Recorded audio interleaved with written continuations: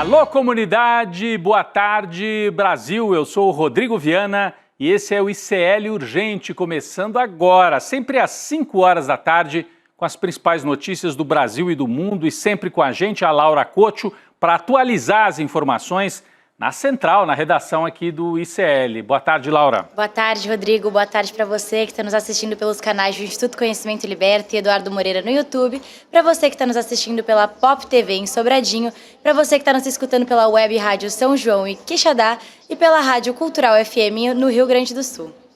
Boa tarde para todas e todos. Boa tarde para você que mora nesse país em que Jair e a família Bolsonaro parecem ter percebido um pouco tarde que essa briga com o Tarcísio de Freitas, a briga de Eduardo com Tarcísio de Freitas, serviu para ajudar Lula, que começa agora a colher resultados no Congresso Nacional. Importantíssimo, hein? A isenção de imposto de renda para quem ganha até 5 salários mínimos finalmente começou a andar na Câmara. E a relatoria é de Arthur Lira. Essa pode ser bandeira decisiva para Lula em 2026. Já a gente traz mais informações sobre esse rearranjo, sobre as conversas entre o Centrão e o governo Lula e sobre a isenção de imposto de renda para quem ganha até 5 salários mínimos, aprovada hoje numa comissão especial da Câmara dos Deputados. Vamos voltar a falar dos ataques de Donald Trump ao Brasil. O presidente dos Estados Unidos resolveu agora implicar com o Pix, uma das instituições, uma das instituições mais populares do Brasil. O Trump está contra. O Escritório de Representação Comercial dos Estados Unidos anunciou uma investigação sobre o que considera práticas comerciais desleais do Brasil, que prejudicam o tal do livre mercado norte-americano, que nunca foi livre coisa nenhuma, foi livre só para eles, para os outros não. Num comunicado oficial, o órgão listou as investigações que vai fazer contra o Brasil, incluindo o Pix, que aliás foi oficializado na gestão do Bolsonaro, com o Campos Neto na presidência do Banco Central. Mas o Trump resolveu atacar o Pix e a Rua 25 de Março, em São Paulo, como um símbolo do que ele considera um comércio desleal dos brasileiros em relação aos produtos. O que menos vende lá é produto dos Estados Unidos. O que vende é produto chinês, principalmente. Então, o Trump e a turma dele não entenderam nada sobre o Brasil. Mas quem vai trazer mais detalhes sobre isso é a Laura Couto. Laura. Rodrigo, segundo o órgão estadunidense, com o Pix, o Brasil pode prejudicar a competitividade das empresas norte-americanas que atuam nesses setores de transações financeiras. Já sobre a Rua 25 de Março, a investigação classifica o polo comercial que fica aqui no centro de São Paulo como um dos maiores mercados de produtos falsificados e critica as supostas falhas na proteção dos direitos da propriedade intelectual. Em geral, o documento destaca diversos aspectos do comércio brasileiro e apresenta alegações sem fornecer provas sobre essas possíveis práticas comerciais desleais do Brasil. Nesse documento, Laura, além do Pix da 25 de março, eles atacam a maneira como o Brasil lida com o meio ambiente, atacam vários outros pontos da atuação legítima do Estado brasileiro. O Trump, por enquanto, só não está reclamando do vampetaço. Vampetaço, você já ouviu falar? Tomou conta das redes do Donald Trump nos Estados Unidos. É uma arma que os brasileiros... Olha, se ele continuar atacando o Pix, haja vampetaço para cima do Trump e desse órgão aí de comércio que resolveu criticar o Pix brasileiro. Agora há pouco, o governo do Brasil, o governo Lula, lançou uma campanha em defesa do Pix. Olha só, o Pix é nosso, my friend. Dá um tempo, Trump, vai cuidar da sua vida. O Pix é nosso, my friend, é parte dessa campanha do governo Lula de valorização do que é brasileiro, do que é nacional. E eu repito, até o Chico Sá, nosso parceiro aqui, acabou de me passar a informação que o Pix foi criado por um grupo de técnicos do Banco Central, ainda no governo do Temer, só que foi implantado mesmo no governo de quem? Do Jair Bolsonaro. Então, ô Trump, dá um tempo. Reclama então com o Campos Neto, que foi quem oficializou a entrada em vigor do Pix. O Pix é nosso, my friend, diz o governo do Brasil. Bom, o governo Lula está costurando uma resposta mais ampla aos Estados Unidos. Hoje, o Poder Executivo enviou uma carta a Washington, na qual manifestou indignação com o tarifaço e afirmou que o Brasil está disposto a negociar. É a manchete que está aqui no nosso telão. O Brasil envia carta aos Estados Unidos, manifesta indignação contra a tarifa de 50%. O Geraldo Alckmin é quem está coordenando esta reação brasileira, o que é bom porque o Alckmin, quando governador de São Paulo, tinha muito trânsito com o empresariado e passa uma imagem de moderação na resposta que tem que ser dura, mas ao mesmo tempo moderada, porque o governo do Brasil não é Trump e não é extremista. Então, no documento foi cobrada uma resposta dos Estados Unidos a uma outra mensagem já enviada em maio pelo Brasil, que era uma minuta confidencial propondo várias negociações ali de tarifas. E esta minuta foi aparentemente ignorada pelos Estados Unidos. Laura Couto tem mais detalhes sobre isso também, Laura. Rodrigo, a carta foi assinada pelo vice-presidente Geraldo Alckmin e o ministro das Relações Exteriores, o Mauro Vieira, e foi endereçada ao secretário de Comércio e ao representante de comércio dos Estados Unidos. A gente separou aqui alguns trechos desse documento e eu vou ler para vocês o documento que foi enviado pelo Brasil. O primeiro trecho. O governo brasileiro manifesta sua indignação com o anúncio feito em 9 de julho da imposição das tarifas de importação de 50% sobre todos os produtos exportados pelo Brasil para os Estados Unidos a partir de 1º de agosto. A imposição das tarifas terá um impacto muito negativo em setores importantes de ambas as economias, colocando em risco uma parceria econômica histórica forte e profunda entre os nossos países. O segundo trecho que a gente destacou é o seguinte: o Brasil permanece pronto para dialogar com as autoridades americanas e negociar uma solução mutuamente aceitável sobre os aspectos comerciais da agenda bilateral, com o objetivo de preservar e aprofundar o relacionamento histórico entre os dois países e mitigar os impactos negativos da elevação das tarifas em nosso comércio bilateral. Rodrigo. Tudo bem, tá aí um resumo. A Laura fez a leitura aí e vocês entenderam bem o tom da resposta do Brasil. Na contramão do governo brasileiro, a família Bolsonaro continua sabotando o nosso país. Eduardo Bolsonaro fez mais um post lamentável, para não dizer ridículo, nas redes sociais. Está aqui no telão, para quem está nos acompanhando, vale a pena olhar. Para quem não estiver acompanhando, eu vou fazer por vídeo, né? Para quem estiver só com áudio, eu vou fazer a leitura aqui. Infelizmente, sou obrigado a ler as besteiras, os absurdos que esse camarada escreve lá dos Estados Unidos, sabotando o Brasil. Não, diz Eduardo Bolsonaro, o presidente Donald Trump não jogou uma bomba nuclear no Brasil ainda.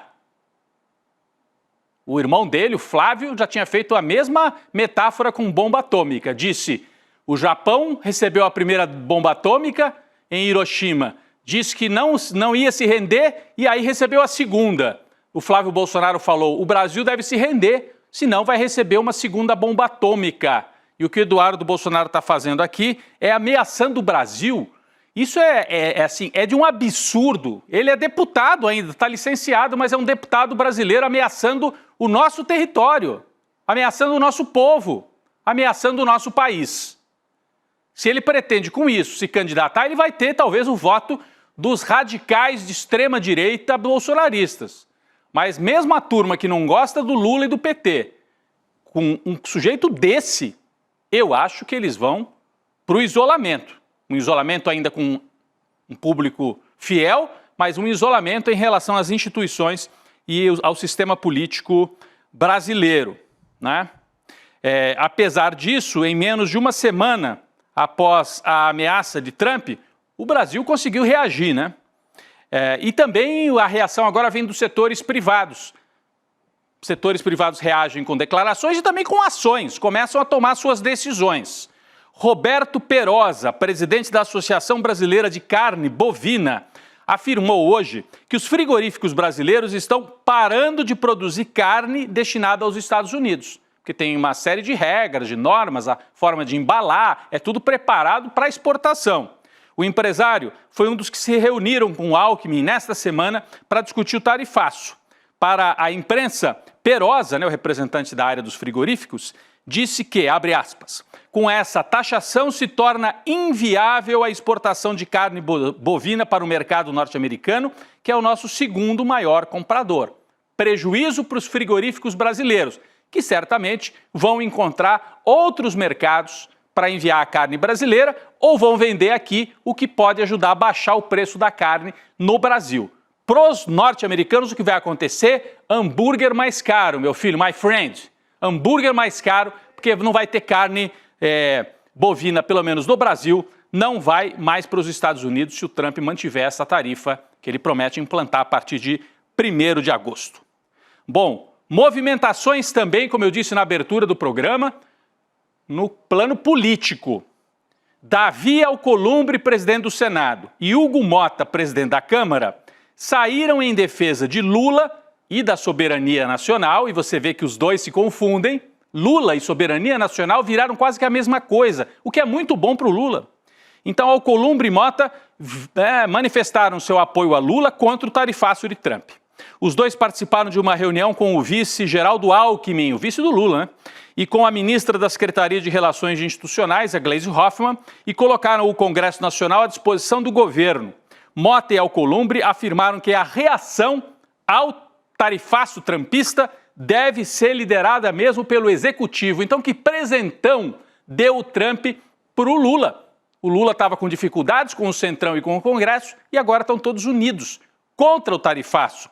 A gente separou um trecho desse vídeo publicado pelo Geraldo Alckmin nas suas redes sociais. Vamos dar uma olhada nesse vídeo, vamos lá. Nós vamos defender a soberania nacional, vamos defender os empregos dos brasileiros, vamos defender os empresários brasileiros que geram a riqueza para o Brasil. Quero fazer um registro, presidente Alckmin, da satisfação de ter o vice-presidente do Brasil liderando esse processo. Acho que o presidente Lula acertou com a sua equipe de lhe empoderar para que o senhor possa conduzir todas essas tratativas, sem em nenhum momento abrir mão da soberania do nosso povo, dos interesses do Brasil. E dizer, presidente Alckmin, que assim como fizemos na aprovação da lei da reciprocidade, onde tanto no Senado como na Câmara aprovamos por unanimidade um instrumento que o governo brasileiro hoje tem para garantir a proteção do nosso país, dos nossos negócios, nós estamos aqui prontos para estar na retaguarda do Poder Executivo, para que as decisões que forem necessárias, a ação do Parlamento, nós possamos agir com rapidez, com agilidade, para que o Brasil possa sair mais forte dessa crise.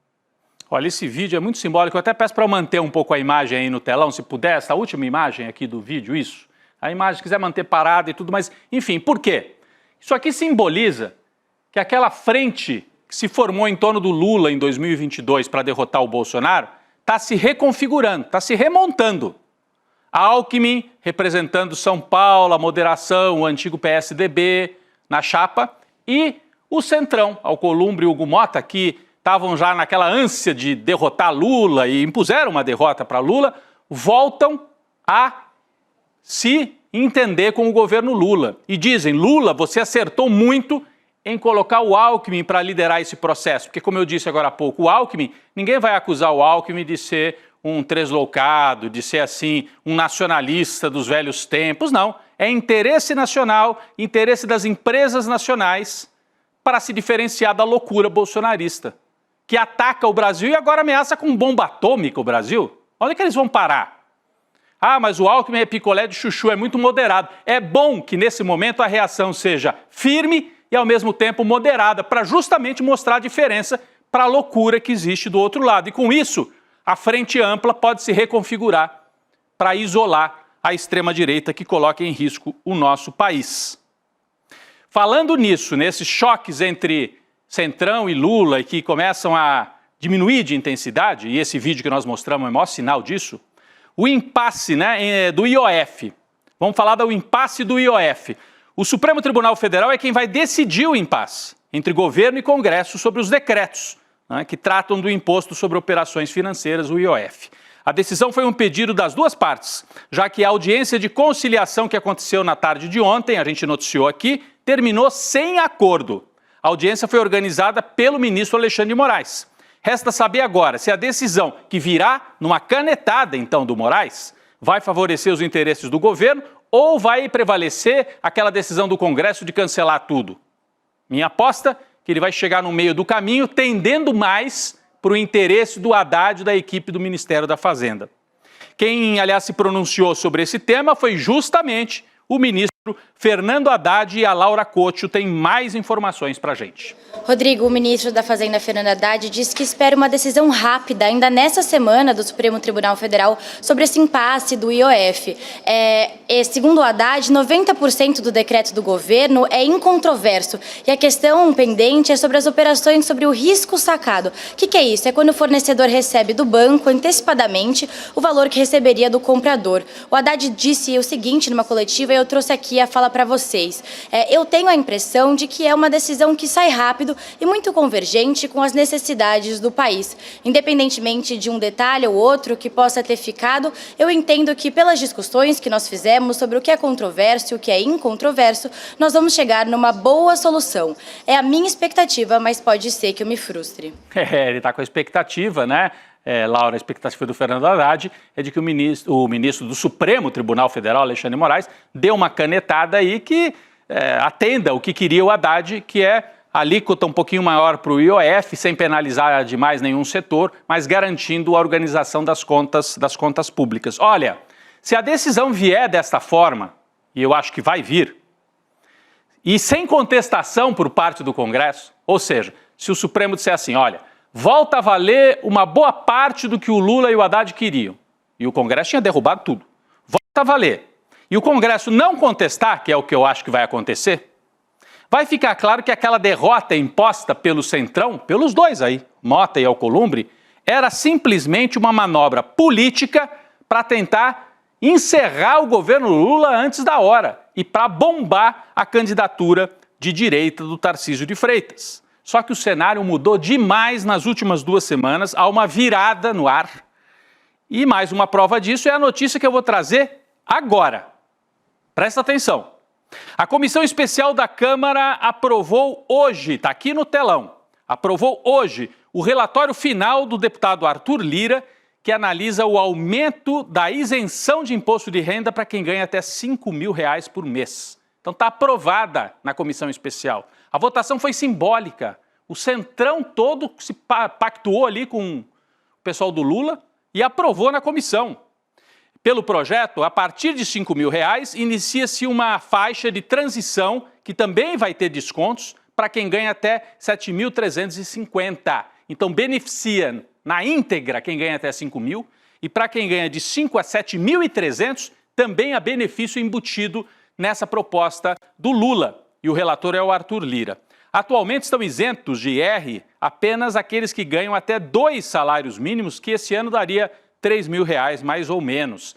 Laura Couto tem mais informações sobre o que foi aprovado hoje na comissão. Laura. Rodrigo, no seu parecer, o relator Arthur Lira ele manteve em até 10% a taxação dos super ricos, que são aqueles que ganham entre 600 mil a 1.200.000 reais por ano. Além disso, o Lira ampliou os contribuintes que têm direito à isenção parcial para quem ganha até R$ 7.350 por mês. O texto original previa isenção parcial para quem recebe até R$ 7.000 mensais. Essa elevação vai beneficiar cerca de 500 mil de contribuintes brasileiros. Agora, a proposta vai seguir para análise do plenário da Câmara, o que deve acontecer depois do fim do recesso parlamentar previsto para agosto. Esse projeto é o de maior prioridade do governo Lula nesse ano e é uma promessa, inclusive, da campanha do presidente. Isso, Laura. E é a principal bandeira, pode ser a principal bandeira para o Lula entrar voando em 2026, no ano da reeleição. É claro, aprovar a isenção para quem ganha até 5.000, parece que isso vai passar. A questão é, para compensar isso, a proposta do Haddad, taxar os super ricos. Aí tem problemas, porque o Centrão não quer taxar pouco. Mas vai ter que taxar alguma coisa. Então, nós vamos acompanhar de perto. A isenção até R$ 5.000, pelo visto, está garantida e vai acontecer ainda no segundo semestre de 2025. Tem que haver pressão para que os super ricos paguem imposto. E isso, por exemplo, está no manifesto aqui coordenado pelo ICL, do Somos 99%. Além do plebiscito popular, que também está nas ruas, pedindo esta isenção para quem ganha até 5.000 e a taxação dos super ricos. Uma coisa não pode vir sem a outra. E é isso que está acontecendo, começando a se movimentar, e é um sinal de que o Centrão se moveu. De encerrar o governo Lula antes da hora para Lula, quem sabe seja melhor a gente conversar para 2026. É isso que nós estamos assistindo nesse momento. Aliás, saiu mais uma pesquisa pesquisa da Quest, indicando recuperação de Lula. Ontem a gente falou da pesquisa da Atlas, hoje tem a da Quest. É interessante prestar atenção, porque essa recuperação do Lula vem junto com uma onda, né, em que a gente está assistindo conciliação em torno do IOF, aprovação da isenção do imposto de renda, acabei de falar, e um certo apaziguamento dessa briga entre o Executivo e o Legislativo por conta das ameaças do Trump à soberania nacional, que levou os dois aí do Centrão, o Alcolumbre e o Mota, a gravar esse vídeo que nós acabamos de mostrar ao lado do Geraldo Alckmin. O que deu a pesquisa da Quest? Está aqui na tela. Vamos primeiro mostrar a aprovação do governo Lula. Voltou a crescer a aprovação, esta linha azul que você vê aí na tela. Ontem a pesquisa da Quest já mostrava empate. Aqui está caminhando para um empate, mas ainda tem uma diferença. De qualquer maneira, a linha vermelha da desaprovação cai e a linha azul da aprovação volta a subir e elas tendem a se encontrar aqui na Quest ao longo dos próximos meses.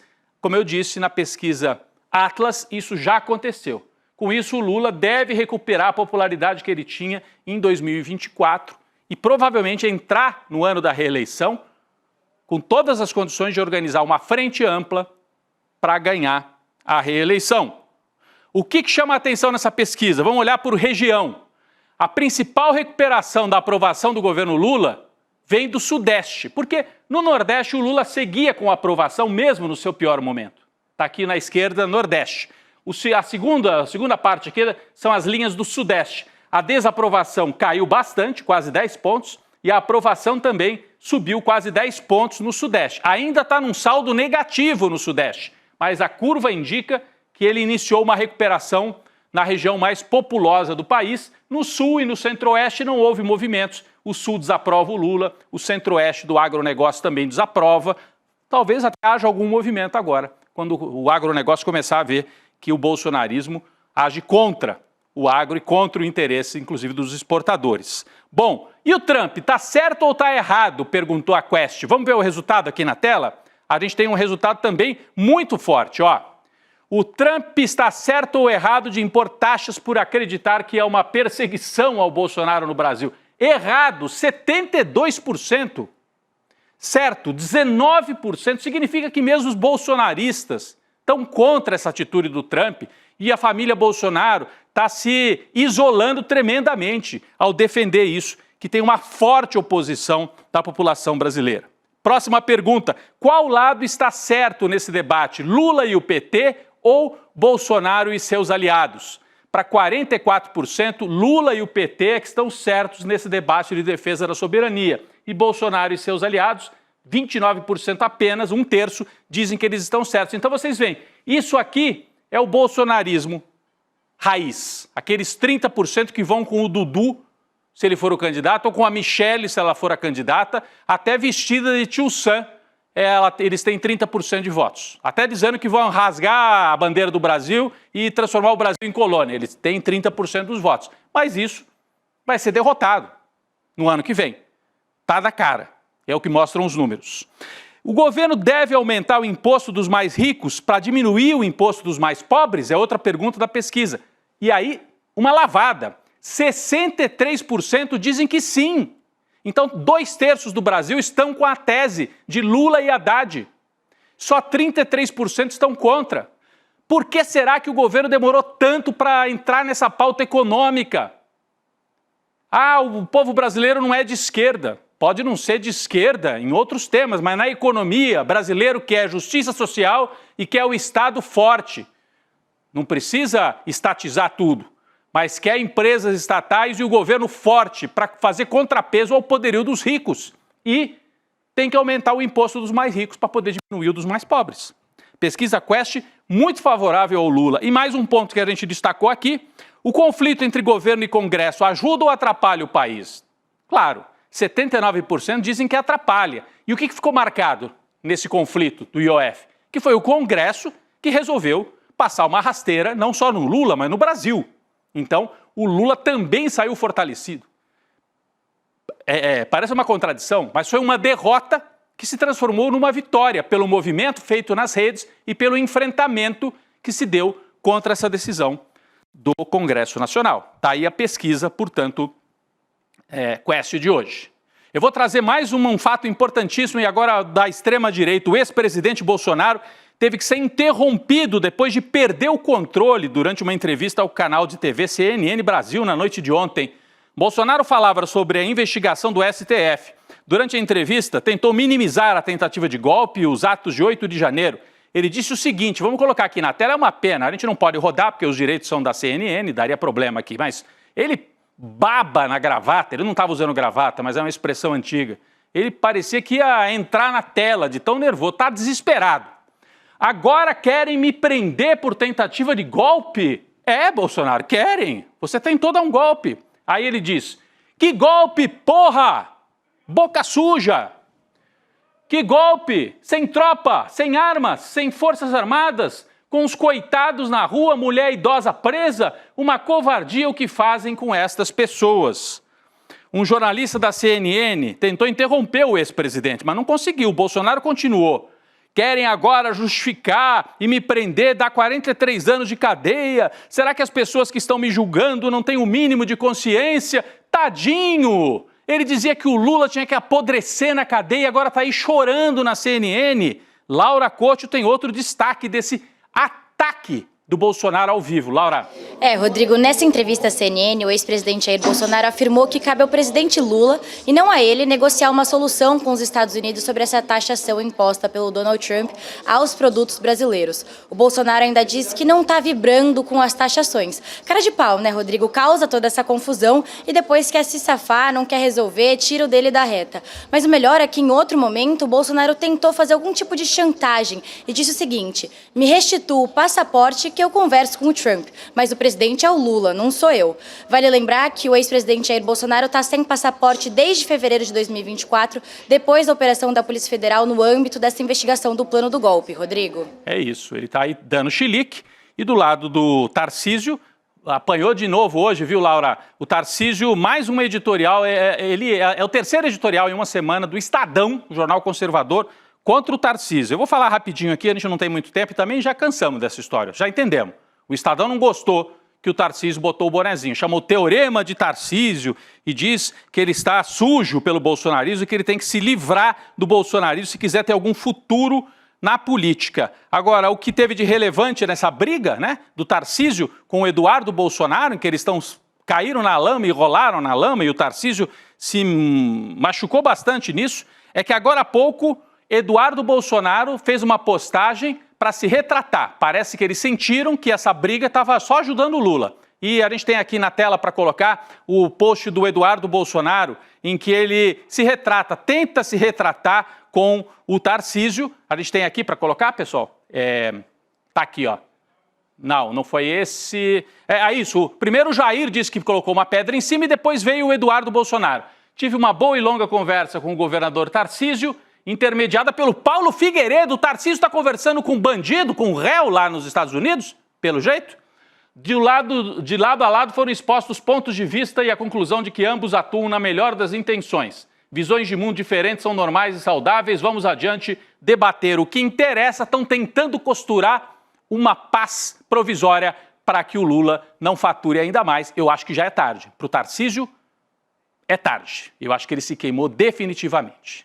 É isso, gente. Olha, eu queria dizer para vocês viram que hoje eu apresentei aqui o programa, eu vou virar para outra tela aqui. Vocês viram que eu apresentei aqui o programa com esta caixa que está aqui do lado, né? Do ICL Eterno.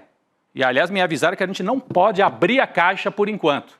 Pelo menos não aqui no ICL Urgente. Mas no N2, a Gabi, o Chico Sá e eu vamos abrir a caixa para você ter algumas dicas. Aqui tem algumas surpresas, algumas dicas para entender melhor o que é o ICL Eterno, que o Eduardo Moreira vai anunciar no dia 27 de julho, às 8 horas da noite. Entretenimento, jornalismo, educação, novidades em várias áreas no ICL Eterno. Eu deixo o convite aí para você, iclurgente.com.br. Entra no link, coloca o seu e-mail e aguarde. Dia 27. O que é o ICL Eterno? No N2, daqui a pouco, a gente vai abrir a caixa e aí você vai ter mais dicas para entender o que é essa grande novidade, que na verdade não é uma, mas é uma somatória de novidades que o Edu Moreira vai anunciar para toda a nossa comunidade. Laura Couto, obrigado pela parceria, pela participação mais uma vez. A gente fica por aqui com o ICL Urgente. Obrigada, Rodrigo. Até amanhã. Até amanhã. Vem aí o N2, pessoal. Obrigado. Daqui a pouco eu tô lá também. O ICL foi o único veículo de imprensa monitorado e perseguido pela ABIN paralela de Jair Bolsonaro. Nas mais de 1000 páginas do relatório da Polícia Federal, só o ICL aparece como veículo de imprensa. O motivo, todos vocês sabem. O jornalismo independente, que não tem patrocínio, nem verba de empresas, nem de governo, e fala o que tem que ser falado. Eles tentaram destruir o ICL, mas eles não conseguiram. Agora, o pior para eles ficou guardado para depois. Mais especificamente, para o dia 27 de julho. É nesse dia que eu vou anunciar as novidades mais revolucionárias da história do ICL. O início de um novo capítulo do ICL. E se o ICL já tirava o sono dessas pessoas antes, depois do dia 27, elas vão ver o tamanho do problema que elas compraram. Você pode ir para qualquer país e fazer qualquer tipo de documentário. Eu não hago apologia da pobreza, hago apologia da sobriedade. Agora, eu disse, vem, eu desafiei, vem aqui, para ver se eu tenho renda ou não. Para quem ainda não entendeu, isto é uma guerra de narrativas. E nos campos de batalha, as máquinas de moer reputações estão sempre à espreita.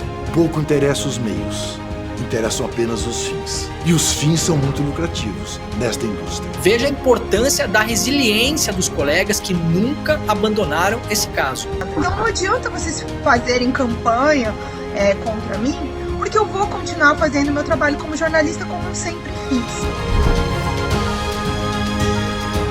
E a relação fraterna com as pessoas não entra no PIB. Você tem as condições que você precisa para viver numa comunidade onde um não depende de explorar o outro. Eu sei que eu não vou ver a colheita, mas faço questão de morrer semente. Eu disse uma coisa que eu repito: a morte vai me encontrar lutando. Acho que a gente escolheu bem as pessoas que trabalham com a gente.